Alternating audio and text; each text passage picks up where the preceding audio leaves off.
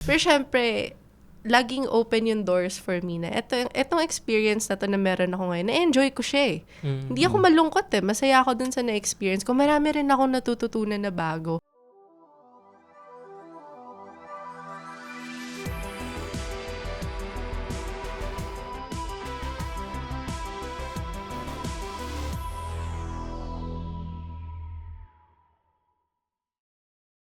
Welcome to Kaka Computer, where tech meets wit and wisdom.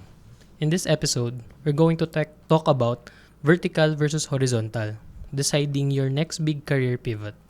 So, as someone na meron ng experience sa industry, isa ito sa mga dilemma na na-experience natin right now. Should we stay on our current role, on our current level, or should we move up or move elsewhere to another company? So, I would like to ask, sir, Ako?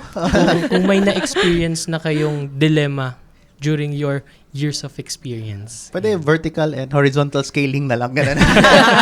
Mas madali yan. Paano mag-scale ng servers. Pero, dilemma, no? So, usually ako, I always find some dilemma, especially towards my fourth year, third year, ganyan, where, parang na-approach mo na yung point na parang hindi naman mastered, parang more or less you've known the pasikot-sikot ng company or yung industry, ganyan.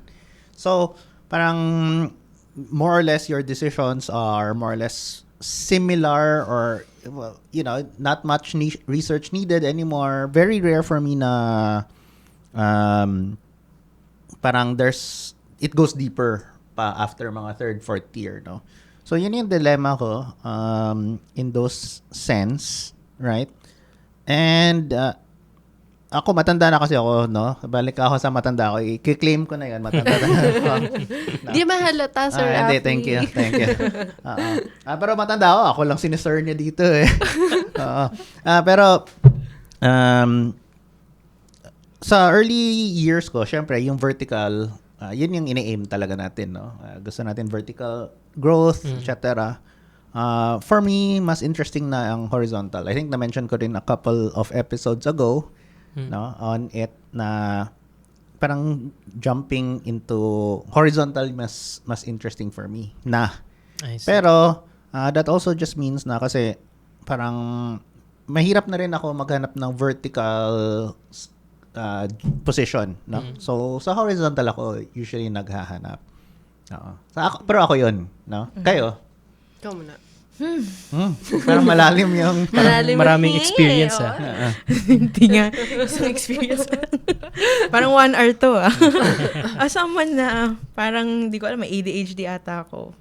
Parang hindi ko siya, sobrang hirap, like yung dilemma. Once na, nung napagdaanan ko yung dilemma na yun, it's not black and white kasi pag you're gonna jump into, or if magde-decide ka, so many factors. Yes. Like, even yung tiny details na work from home ba or mag-RTO ba, it's a very important factor. So, I don't know, nung naranasan ko yun, if I should go or I should stay, very true yung sinabi ni Sir Rafi, if alam mo na yung pasikot-sikot ng isang company, parang kasama din siya sa big factors of the decision making.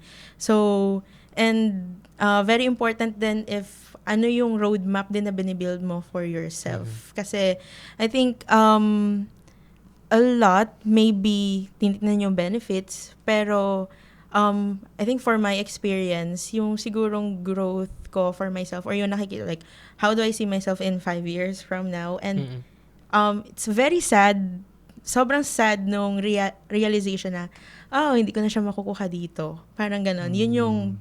Yun, parang, yun talaga yung parang, okay, it's time to go. Parang kahit masaya ka naman sa mga ka-work mo, like everything is going parang okay. Pero if you ask yourself, if eto ba yun, parang yun. Dun ko parang nalaman na, okay, it's time to go. So, feeling ko, vertical siya in a sense na different, higher vertical ngayon, higher vertical or horizontal, parang time to go pero same position, same job thingy. It's more of like vertical. Vertical. Diagonal.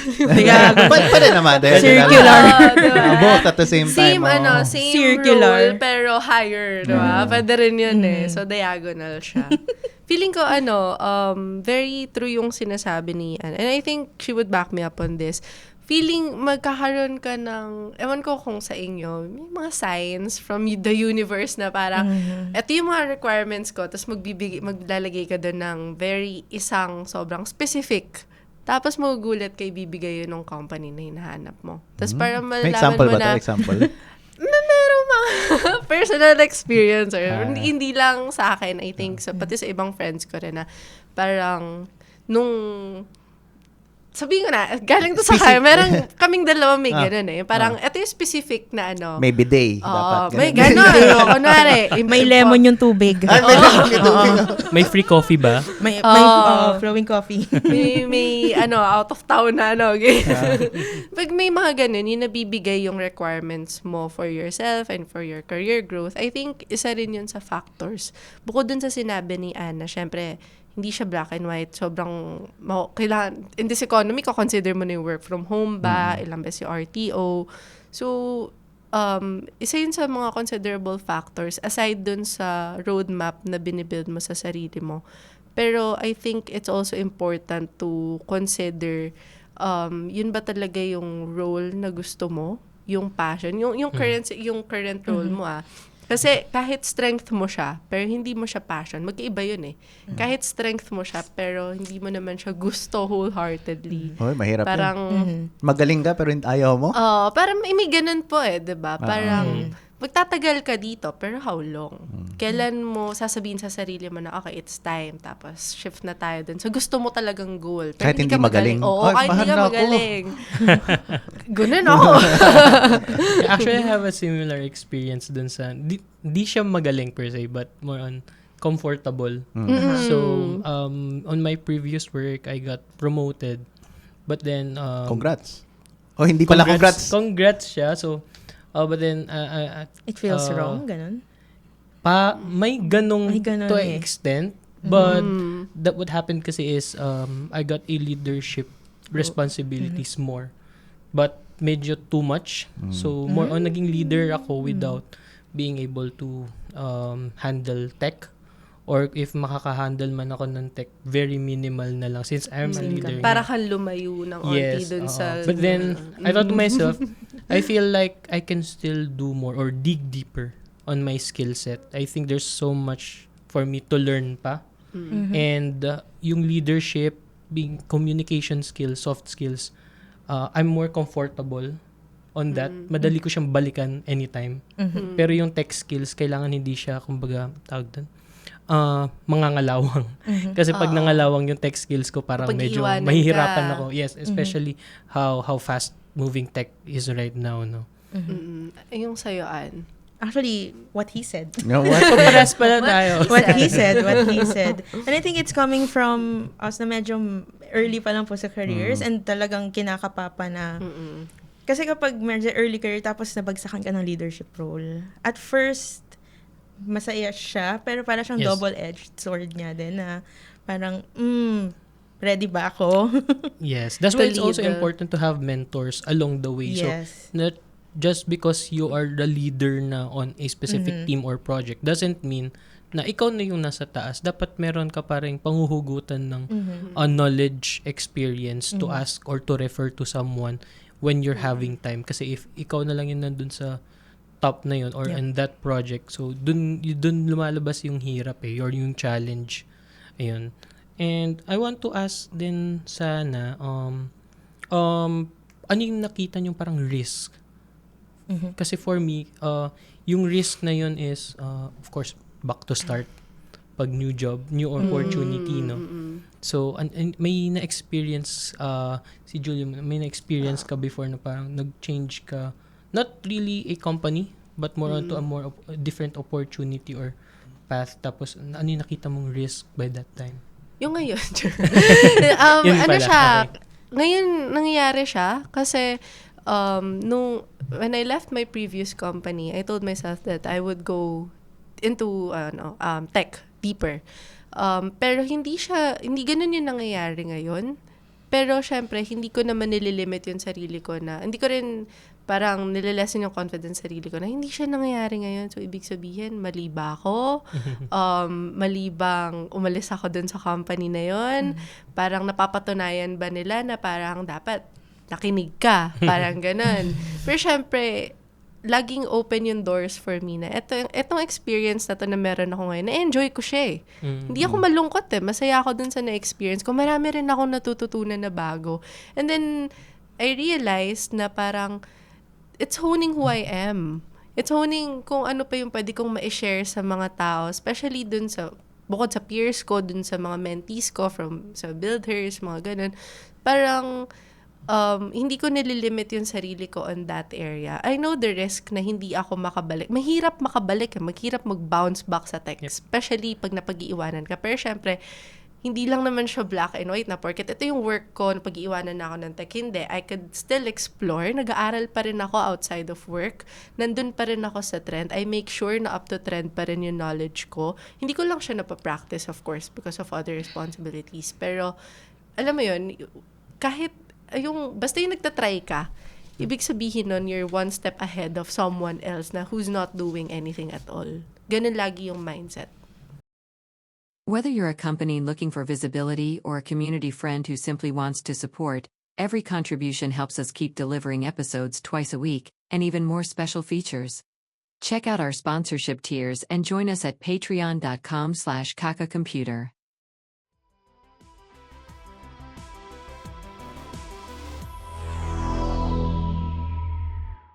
How about you, sir? Yung na-mention nyo na horizontal yung pag-move nyo.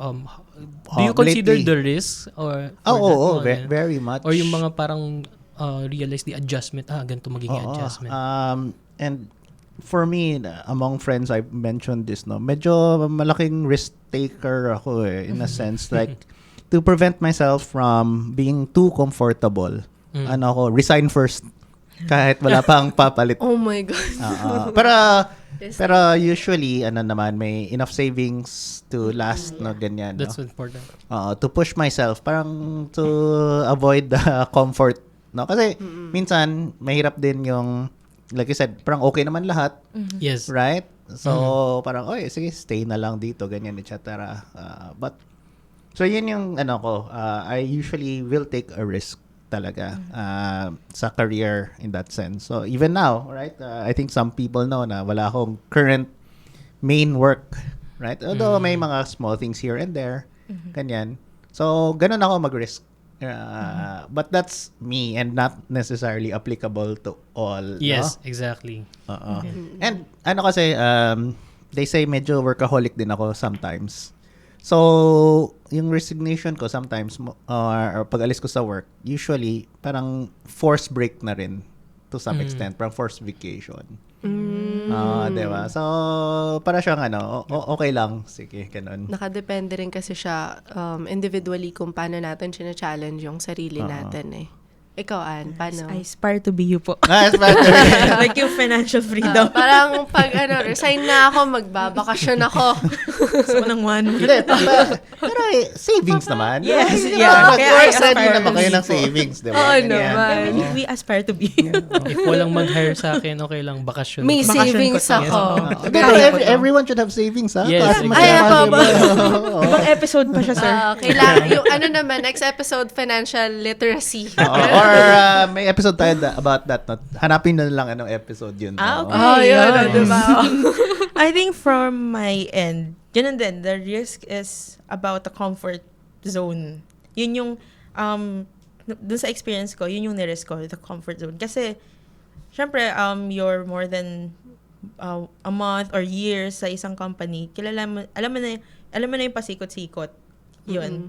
And, kilala mo na yung tao, like yung routine mo yun na yun. So, syempre, nandun ka na sa comfort zone na gano'n na. Masyadong calculated na yung bawat araw mo and wala ka na masyadong parang ina-anticipate din. So, I think parang you deciding to grow or to not stay, nire-risk mo rin kasi yun eh. So, I think that's one of the I think for me, yun yung main risk kapag you're deciding to go na mawawala tong comfort zone na to.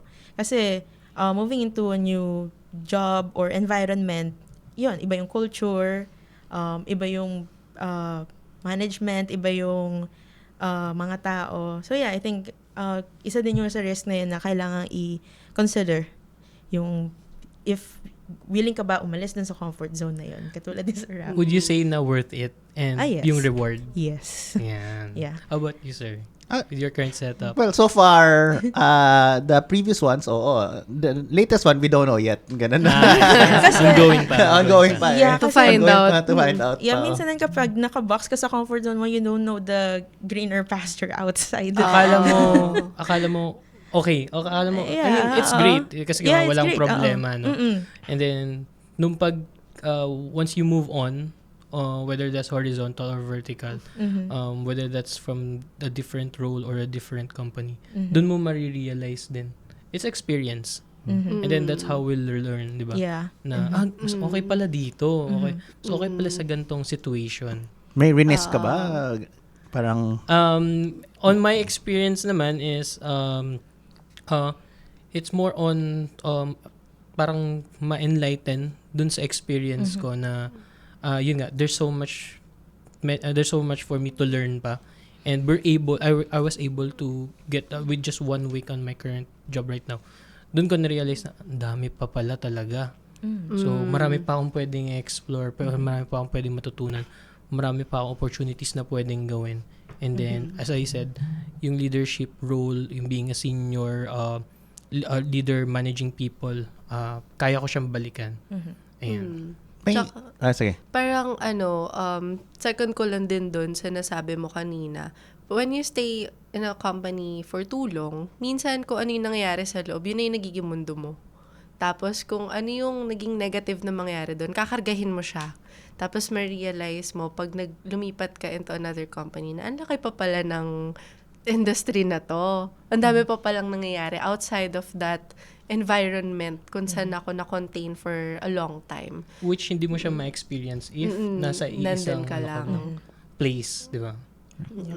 So, I was gonna ask, kasi sabi nyo kanina na parang may risk of taking up a leadership position, no? Parang minsan parang too young, too unready, ganyan, no? Parang kailan nyo masasabi na parang ready na? Right? Is it more like an age or gut feeling ba? Kasi habang kinakwento niyo yun, naalala ko, uso ngayon yung The Office lately na last year ba or whatever, pandemic ba during time na. Kasi yung boss doon, si Michael, ano siya, promoted to, may terms sila Nasa meme yung, iba yun, bigla siya na-promote. Promoted to inadequacy. Yan, I think yung term Magaling talaga siya na salesman, pero nung naging boss na siya, di na siya salesman So, parang kaya ang awkward, ang weird niya na boss, right? So, kayo ba, parang when nyo, or gusto nyo ba, or kailan kayo parang feeling nyo ready na kayo maging leader? For me, I just don't want to be a leader or manager that doesn't know what happens. So, I don't want to be a supervisor or a manager. Even a leader na hindi na alam yung tech dahil nag-focus ako sa pagiging leader. So, as long as I can fulfill yung, for example, my hunger for growth, my technical skills right now, and then that's how I'll realize na I'm more confident to be a leader more kasi if my problem itong direct report ko, I can teach him or her. Diba? So, no need to refer ka dito kasi mas expert yan dito. Parang taga-delegate lang ng task. That's for me. Gets ko yun. Parang ayoko na maging nasa management position or leadership position na taga-utos ang ng mga engineers or mga devs and taga-set lang ako ng calendar invites. Pero bakit parang ayaw niyo yun? Curious lang, bakit ayaw niyo yun? I think it's because of yun nga. Siguro factor din yung like fresh grad as talagang yung hayok talaga sa new knowledge pa and you know, kasi syempre yung mga engineers na nakaka-work namin and devs, medyo peers din. Parang may mindset din na, baka napag-iiwanan na yung technical skills Siguro ko. Or management level, darating yun na parang hindi mo na talaga kaya i-handle yung nitty-gritty o yung parang pinaka-technical. Depends. But being able to know pa rin yung knowledge, yung Yeah. context, that's very important, especially you're a decision maker na when it comes to projects. So, siguro sinasabi namin na parang bare minimum would be, wag lang maalis talaga. Yeah. Kasi pag naalis na yun, pure leadership na lang. Or even if you know the business, but you don't know how the tech works. So, dun nagkakaroon ng problem. Ayan. Feeling ko kung, yung sa sinasabi nyo kasi, I think, merong different types of leadership eh. And hindi lang sa types parang kung kunwari, in management perspective, pag nasa management ka na, let's say, CEO ka, director level ka, dapat ang percentage mo ng pagiging leader is here. Then yung tech role, yung tech experience mo is up until here. Ganon. Pero kung nagli-lead ka ng engineers, ito dapat yung tech experience mo din. Ito yung leadership skills mo. So, nagva-vary siya kung nasa ang part ng management ka. Pero in terms of managing people, dapat you have that certain level of understanding na magkakaiba yung taong minamanage mo.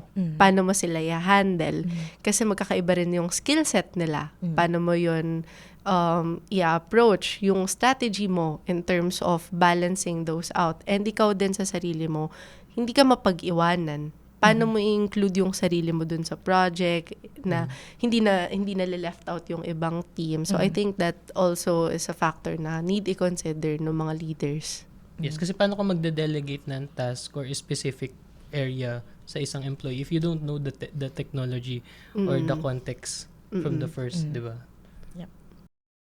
Thanks to our sponsors, Agora, Tutorials Dojo, Young CTO, Amazon Web Services User Group Philippines, and Facebook subscribers. On to our next episode.